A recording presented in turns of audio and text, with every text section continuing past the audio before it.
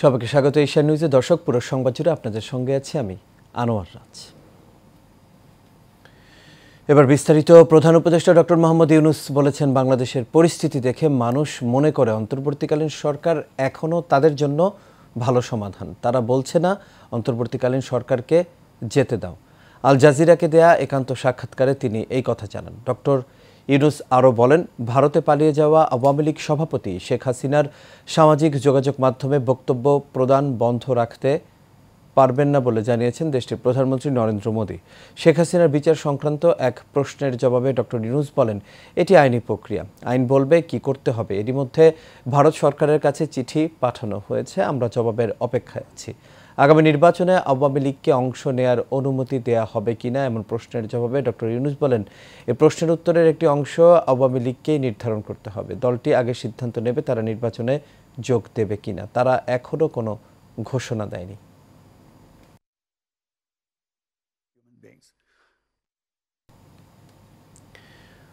Pope ফ্রান্সিসের শেষ কৃত্যানুষ্ঠানে যোগদান ও 4 দিনের কাতার সফর শেষে দেশে ফিরেছেন প্রধান উপদেষ্টা ডক্টর মোহাম্মদ ইউনূস। গতরাত 3টায় তাকে বহনকারী ফ্লাইটটি ঢাকায় অবতরণ করে। এর আগে বাংলাদেশ সময় দুপুর 1:30টায় তিনি ইতালির রোম ত্যাগ করেন।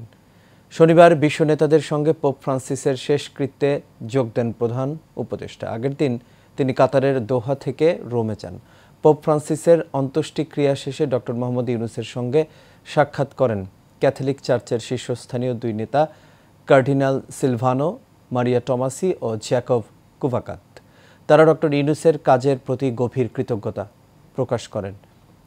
আর্থনা সামিট 2025-এ যোগ দিতে গত 21 এপ্রিল কাতারের উদ্দেশ্যে রওনা দেন প্রধান উপদেষ্টা।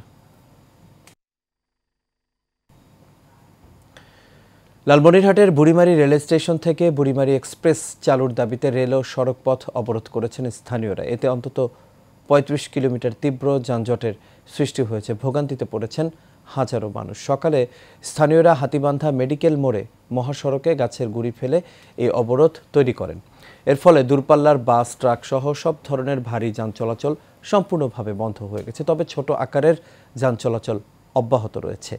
অবরোধকারীরা অনির্দিষ্টকালের জন্য এই অবরোধ কর্মসূচি চালিয়ে যাওয়ার ঘোষণা দিয়েছেন।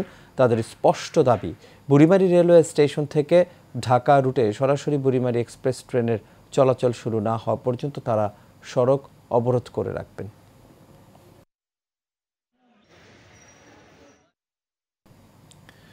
ছয় মাসে ঢাকা কলেজ, সিটি এবং আইডিয়াল কলেজের শিক্ষার্থীরা প্রায় 120 বার সংঘর্ষে জড়িয়েছে। কোনোভাবেই থামানো যাচ্ছে না শিক্ষার্থীদের। বেশিরভাগ ক্ষেত্রে ইগো ও হিরোইজম থেকে সংঘাতের এই সূত্রপাত। কলেজ কর্তৃপক্ষ বলছে, জড়িতদের টিসি দেওয়ার পাশাপাশি এই 3 কলেজ যাতে ভর্তি না হতে পারে সেই ব্যবস্থা নেওয়া হচ্ছে। আর পুলিশ বলছে, সংঘর্ষ হলেই এখন থেকে আইনি ব্যবস্থা নেওয়া হবে। আবির হোসেনের ক্যামেরায় মেহরাব সুমনের বিশেষ রিপোর্ট। যেখানে দাঁড়িয়ে আছি ঠিক এই জায়গার আধা কিলোমিটারের মধ্যে রাজধানীর স্বনামধন্য 3টি প্রতিষ্ঠান অবস্থিত। এই প্রতিষ্ঠানের শিক্ষার্থীরা গত 6 মাসে 120 বার সংঘর্ষে লিপ্ত হয়েছে। ঢাকা কলেজ, সিটি কলেজ ও আইডিয়াল কলেজের শিক্ষার্থীর সংখ্যা প্রায় 20 থেকে 25,000। তুচ্ছ ঘটনাকে কেন্দ্র করে মাঝে মধ্যেই সংঘর্ষ বাধে এই 3 শিক্ষা প্রতিষ্ঠানের মধ্যে। সংঘাত ছড়িয়ে পড়ে মিরপুর সড়কের নিউ মার্কেট মোড় থেকে সায়েন্স ল্যাব মোড় পর্যন্ত। সৃষ্টি হয় অসহনীয় যানজটের। ভোগান্তিতে পড়ে হাজারো পথচারী শিক্ষার্থীদের। আকস্মিক এমন সংঘর্ষের ঘটনায় নিরাপত্তাহীনতায় ভুগছে এলাকার বাসিন্দা সহ স্থানীয় ব্যবসায়ীরা। মারামারি করছে ঢাকা কলেজ, সিটি কলেজ। এই মারামারি প্রায় সময় হয়, কয়েকদিন পর পরে হয়। যখন মারপিট হয় তখন তো আমাদের ব্যবসা বাণিজ্যে আশেপাশে যত দোকান আছে, পাবলিক আছে, সাধারণ নাম পাবলিকদের অনেক সমস্যা হয়। ব্যবসা বন্ধ থাকে, দোকানপাট বন্ধ থাকে, কাস্টমার আতঙ্কিত থাকে, তো ওরা আসতেও ভয় পায়, বেচা কেনা ওদিনকে কম হয়। সিটি কলেজের ভারপ্রাপ্ত অধ্যক্ষ অধ্যাপক FM মোবারক হোসেন বলেন, সমাধানের লক্ষ্যে যৌথভাবে মহড়া দেয়া সহ একটি তদন্ত টিম গঠন করা হয়েছে। ধানমন্ডি থানায় আমরা বসেছিলাম। এখানে সিটি কলেজের প্রশাসকরা ছিল, ঢাকা কলেজের অথরিটি ছিল, আইডিয়াল কলেজের অথরিটি ছিল। ওখানে প্রাণবন্ত আলোচনা হয়েছে। তারা তাদের ছাত্র নামদারি সন্ত্রাসী বিরুদ্ধে তারা ব্যবস্থা গ্রহণ করবে, আমরাও ব্যবস্থা গ্রহণ করব, এবং আমরা যদি অপারগ হই তাহলে পুলিশ প্রশাসনকে জানাবো, তারাও ব্যবস্থা গ্রহণ করবে। আমার কলেজের শিক্ষকদেরকে আমি 11টা থেকে 5টা পর্যন্ত ঢাকা কলেজ, আমাদের আইডিয়াল কলেজ, সিটি কলেজ, এটার আশেপাশে বিভিন্ন যে স্পটগুলো আছে সেখানে আমরা দায়িত্ব বন্টন করে দিয়েছি। এখন থেকে নিয়মিত টহলের পাশাপাশি আইনানুগ ব্যবস্থা নেওয়া হবে বলে জানিয়েছেন কলেজ কর্তৃপক্ষ। Mehrab Sumon, Asian television, Dhaka. July আন্দোলনের ঢাকায় পুলিশের গুলিতে শহীদ পটুয়াখালীর দুমকি উপজেলার জসিমউদ্দিনের কবরের পাশে চিরনিদ্রায় শায়িত হল তার মেয়ে লামিয়া।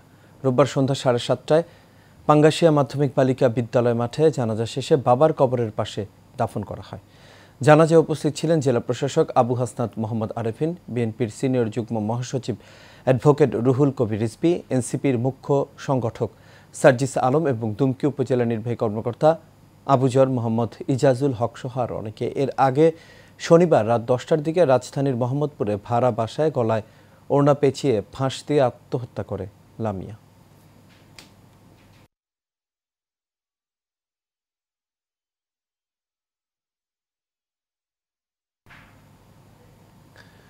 সমুদ্রে মাছ ধরায় 58 দিনে নিষেধাজ্ঞা চলছে। এতে কর্মহীন হয়ে পড়েছেন উপকূলের জেলেরা। ভারতের সঙ্গে মিল রেখে দেশে প্রথমবারের মতো সমুদ্রে নিষেধাজ্ঞার ঘোষণায় জেলেরা খুশি হলেও খাদ্য সহায়তার পরিমাণ বৃদ্ধি ও সময়মতো বিতরণের দাবি জেলেদের। বরগুনা থেকে জহিরুল ইসলামের পাঠানো তথ্য ও ছবিতে বিস্তারিত জানাচ্ছেন রাশেদ আকন। নিষেধাজ্ঞায় গত 2 সপ্তাহ থেকে কর্মহীন সমুদ্রে মাছ ধরার সঙ্গে জড়িত বরগুনার কয়েক হাজার জেলে। জাল নৌকা মেরামত করে সময় পার করছেন তারা। তবে আয়ের একমাত্র পথ বন্ধ হওয়ায় নানা সংকটে জেলেরা। জেলেদের অভিযোগ, নিষেধাজ্ঞা শুরুর আগেই তাদের খাদ্য সহায়তার চাল দেওয়ার কথা ছিল, কিন্তু এখনো মেলেনি সেই সুবিধা। চালের পাশাপাশি নগদ অর্থ সহায়তা দেওয়ার দাবি তাদের। যদি আউটপোস্ট করে দেয়, মাছ দুগ্গ হেরা লই যায়, মরা যাইয়া সাগরে পাই উদা পানি টলি জেলার মাছ যদি লইতে আমরা তো বয় না, আমরা শিখে দেয় তোলমু। আমাকে পয়সা দিন ওভারত দিয়েছেন, ভারতের লোক মিলিয়ে দেন না, আর আমাকে গাঙ্গে নামে মাছ ধরছি, আমরা নামছি শেষকালে দেয়, কিন্তু আমি পাইতেছি না। আমরা 3 বেপে জ্বালবে, আমার 3 বেপে পাইতেছি না। প্রশাসন তো ঘাটে ঘাটেই আছে, কিন্তু একটা প্রশাসনের যদি ম্যানেজ না করে তা নামবে কেমনে? এদিকে জেলা মৎস্য বিভাগ বলছে, সরকারি সিদ্ধান্ত অমান্যকারী জেলেদের জেল জরিমানা সহ শাস্তির আওতায় আনা হবে।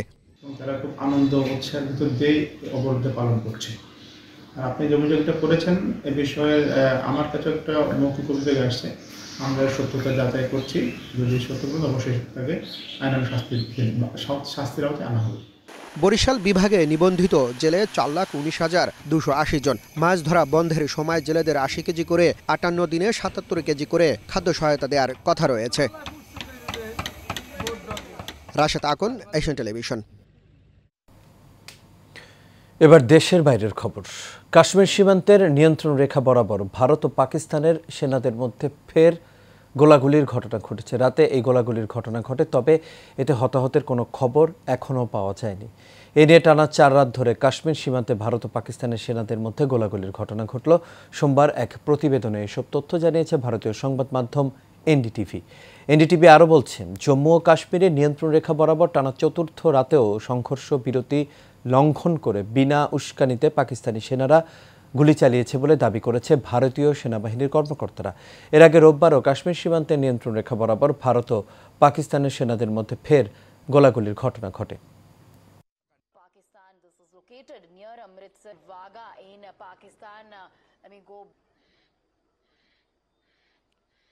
Number of Pakistan nationals, they have already reached here and reported such type of problems at here at gates were not being opened. The idea and Pakistan after this Pahalgam attack, both the sides from Indian side as well as but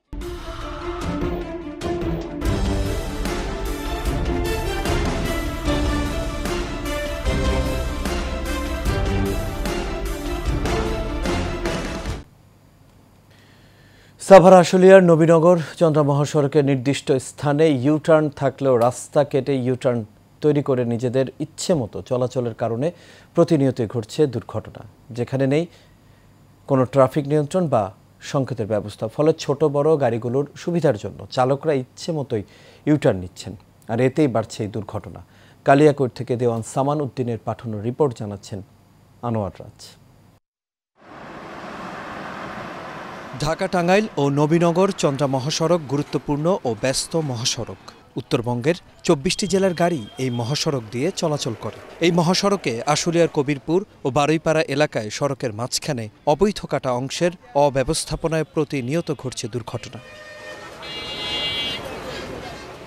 বিশেষ করে ছোট ও বড় যানবাহনের হঠাৎ U turn নেয়ার প্রবণতায় যাত্রী, চালক ও পথচারীরা পড়ছেন চরম ঝুঁকিতে। সংশ্লিষ্ট কর্তৃপক্ষের নজরদারির অভাবে সমস্যা দিন দিন আরও ভয়াবহ রূপ নিচ্ছে। এই যে কাটাটা দেখতে পাচ্ছেন, এই কাটাটাই হলো আমাদের প্রতিদিনের অ্যাক্সিডেন্ট দুর্ঘটনার কারণ। যারা এখানে ইউটার্ন নেই, প্রায় এখানে অ্যাক্সিডেন্ট হয়। প্রতিদিনই ছোটখাটো দুর্ঘটনা কেন হচ্ছে, তাই আমরা দ্রুত চাই যে রাস্তাটা বন্ধ করে দেওয়া হোক। অনেক অটো রিক্সা ঘুরলে পরে ট্রাক এসে বাজায় দেয়, পরে অটো রিক্সা অনেক যাত্রী থাকে দুর্ভোগে পড়ে। ট্রাফিক পুলিশ বলছে চালকদের স্বেচ্ছাচারিতার কারণেই বাড়ছে এই দুর্ঘটনা। কিছু দুর্ঘটনার সৃষ্টি হচ্ছে। আমরা এই বিষয়ে রোডস অ্যান্ড হাইওয়ের সাথে যোগাযোগ করেছি, তারা যাতে এই ডিভাইডারগুলি আবার পুনরায় মেরামত করে দেয় এবং আমরা নিজেরাও স্থানীয় জনগণের সহায়তায় এগুলি আবার সংস্কার করার জন্য আমরা চেষ্টা করছি। সঠিক উদ্যোগ নেওয়া না হলে বড় ধরনের প্রাণহানির আশঙ্কা এলাকার সচেতন বাসিন্দাদের। আনোয়ার রাজ, এশিয়ান টেলিভিশন। গাজীপুরের জয়দেবপুর থানার মোগরখাল এলাকায় গ্যাস সিলিন্ডার বিস্ফোরণে দগ্ধ সীমা আক্তার মারা গেছেন। তিনি গার্মেন্টস কর্মী ছিলেন বলে জানা গেছে। সকাল 9:15টার দিকে জাতীয় বার্ন প্লাস্টিক সার্জারি ইনস্টিটিউটের ফিমেল এইচডিতে চিকিৎসাধীন অবস্থায় মারা যান তিনি। বার্ন ইউনিটের আবাসিক সার্জন ডাক্তার শাওন বিন রহমান বিষয়টি নিশ্চিত করেছেন। তিনি বলেন, জয়দেবপুর থেকে দগ্ধ অবস্থায় নারী, শিশু সহ 5 জনকে জরুরি বিভাগে নিয়ে আসা হয়। তাদের মধ্যে সীমা নামে এক নারী আজ সকাল 9:15টায় এইচডিওতে মারা যান। তার শরীর 90% দগ্ধ হয়েছিল। এর আগে রোববার জয়দেবপুরে সন্ধ্যা 7টার দিকে এই ঘটনা ঘটে। বরিশালের আগৈলঝাড়া উপজেলার পশ্চিম রাজিহার গ্রামে 2 বৃদ্ধ নারীর জমি জোর করে বেড়া দিয়ে গাছ লাগানোর অভিযোগ উঠেছে প্রতিবেশীর বিরুদ্ধে। অভিযোগে জানা যায়, পশ্চিম রাজিহার গ্রামে ভুক্তভোগী বীণারানী মণ্ডল ও শোভারানী মণ্ডল স্থানীয় রহিম মোল্লার কাছ থেকে জমি ক্রয় করে ভোগ দখল করে আসছিলেন। তারা বাড়িতে না থাকার সুযোগে একই গ্রামের উজ্জ্বল, সজল, গৌরাঙ্গ সহ তাদের লোকজন ওই জায়গা দখল করে গাছ লাগিয়ে বেড়া দিয়ে দখল করে। এই ঘটনায় বিচার দাবিতে থানায় অভিযোগ দায়ের করেছেন ভুক্তভোগীরা। আর এর সাথে শেষ করবে এশিয়া নিউজ। তবে যাবার আগে হেডলাইনগুলো জানিয়ে দিচ্ছি।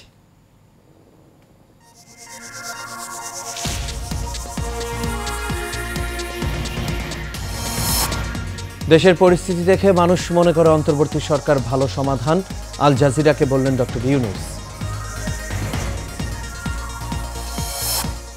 ট্রেন চালুর দাবিতে লালমনিরহাটে রেল ও সড়কপথ অবরোধ, 35 কিলোমিটার এলাকায় যানজট, ভোগান্তিতে হাজারো মানুষ। 6 মাসে ঢাকার 3 কলেজে 120 বার সংঘর্ষ, ইগো থেকে সূত্রপাত বলছে পুলিশ, ব্যবস্থা নিচ্ছে কলেজ কর্তৃপক্ষ। এবং কাশ্মীর সীমান্তে ফের ভারত পাকিস্তান সেনাদের মধ্যে গোলাগুলি, উত্তেজনা চরমে।